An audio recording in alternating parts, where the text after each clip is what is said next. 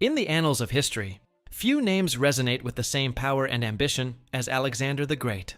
Born in 356 BC to King Philip II of Macedonia, this prince was destined for greatness. Under the tutelage of the legendary philosopher Aristotle, young Alexander's mind was sharpened, his curiosity ignited, and an insatiable desire for glory was forged. He was not just taught academics, but was groomed to be a ruler, a warrior, and a leader of men, preparing him for a world he would soon reshape in his own image.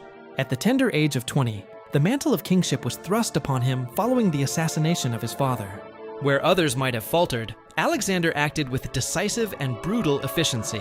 He swiftly crushed rebellions within his borders, solidifying his control over Macedonia.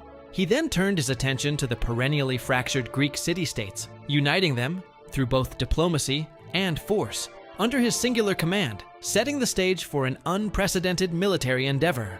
In 334 BC, Alexander embarked on the audacious campaign his father had meticulously planned, the conquest of the vast and powerful Persian Empire. Leading his formidable army across the Hellespont into Asia Minor, he declared his intent to liberate the region from Persian dominion.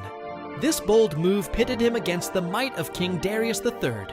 At the pivotal Battle of Issus, Alexander, though severely outnumbered, demonstrated his military genius. His brilliant tactical maneuvers shattered the Persian lines, forcing Darius to flee in disgrace and leaving the royal family captive to the young Macedonian king.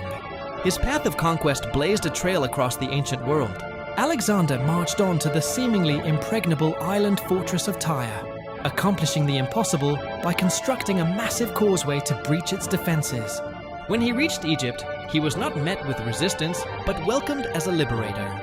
There, he was crowned Pharaoh, a divine ruler in the eyes of the Egyptian people, and founded the first of many cities that would bear his name, the magnificent Alexandria. The ultimate confrontation with Darius occurred at the Battle of Gaugamela. Once more, Alexander's strategic brilliance overwhelmed a numerically superior Persian force, leading to a total victory. With Darius later assassinated by one of his own satraps, Alexander stood as the undisputed king of Asia, master of the known world.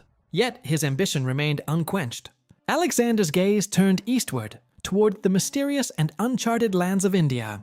There, at the Battle of the Hydaspes, he faced his most formidable opponent, King Porus, and his terrifying army of war elephants. It was a bloody and hard-won victory that tested the limits of his army and his own resolve.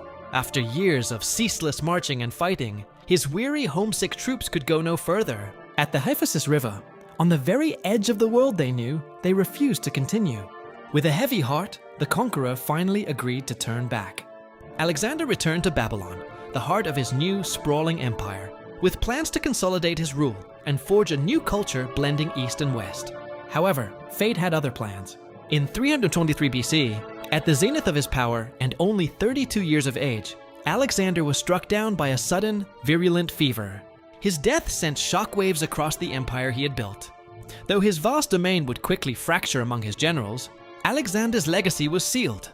He had irrevocably bridged civilizations, spreading Hellenistic culture across 3 continents and creating a new global epoch.